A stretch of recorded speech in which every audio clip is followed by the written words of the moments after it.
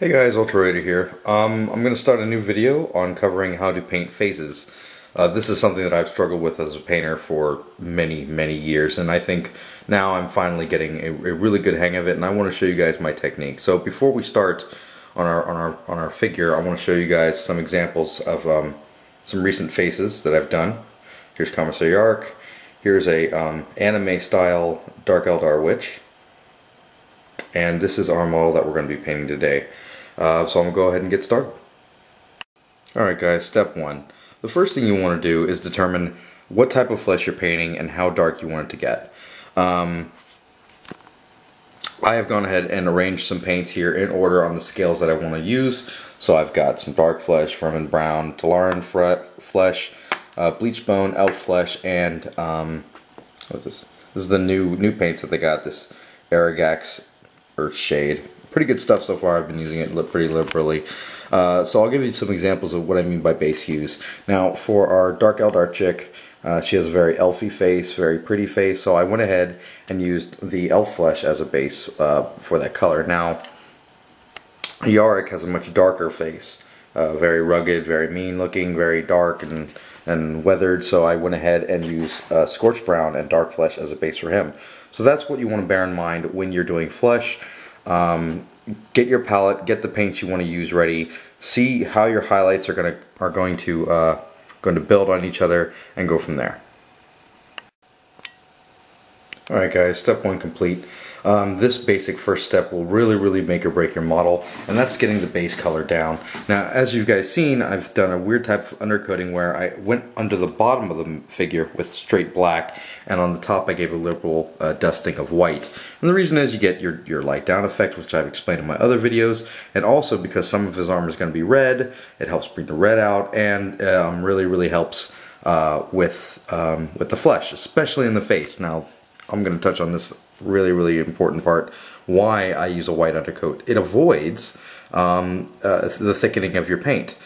Yet another reason to get a wet palette is you want this paint to be really thin. You don't want it to be thick at all. Remember, it's just your base coat. You're going to be doing a lot of layers on this, so the thickness of it is really important. So what I've done is I've got a mixture of 50-50 dark flesh and Tolaran flesh in my wet palette, and I've gone around on all of the fleshy parts of the model, as you can see here. Now it's still pretty wet, and because I've undercoated it white, it brings out the natural highlights of the model, well, the raised areas and the deepened areas, so when I do my detail work, I won't have any unwanted surprises. Let's go on to step two.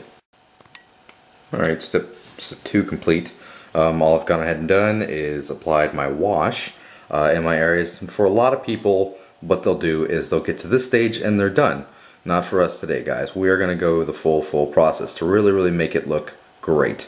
A lot of you guys that are watching this video may be like, oh, you know, I would stop here. Well, then you wonder why your faces kind of look like clowns or they just look bad.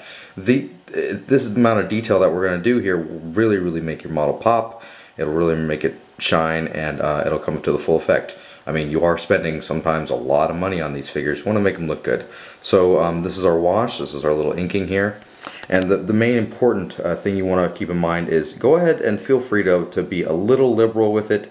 What you want to do is get it in all the crevices and let it start to define where your recesses are, since your base was pretty uniform. So this gives you a good idea of where you're going to be applying your highlights.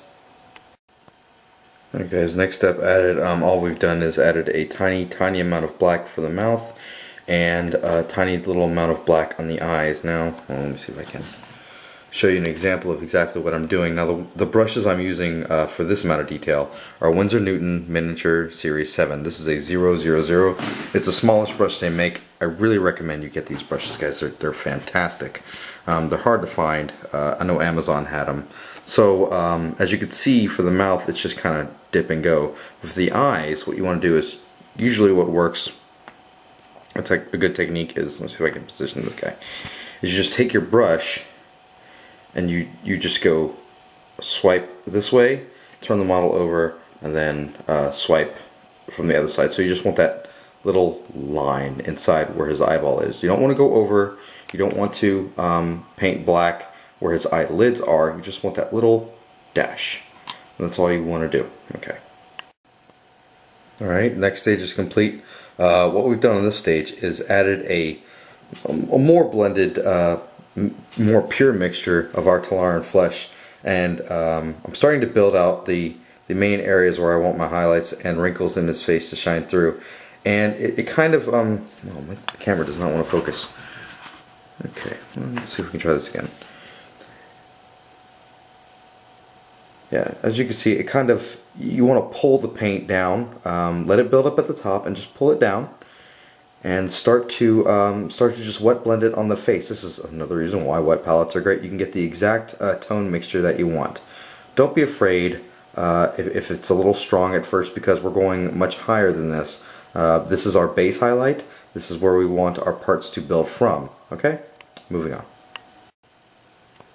Alright guys, we're back and we're just about done, and all I've gone ahead and done is built up just my highlight, going from my darkest to my lightest light, which was a final, this new Ushabti bone.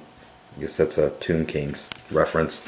Anyway, gone ahead and put those in the highest areas where the light falls on the figure. Now I've got a picture of how GW likes to do it, their heavy metal team. And honestly, it's a little cartoony for my tastes. I think the eyes look way too big. This is probably just a modeling thing. Anyway, I prefer my technique a lot better. It gives you a more realistic feel to the model on how the light's actually going to fall.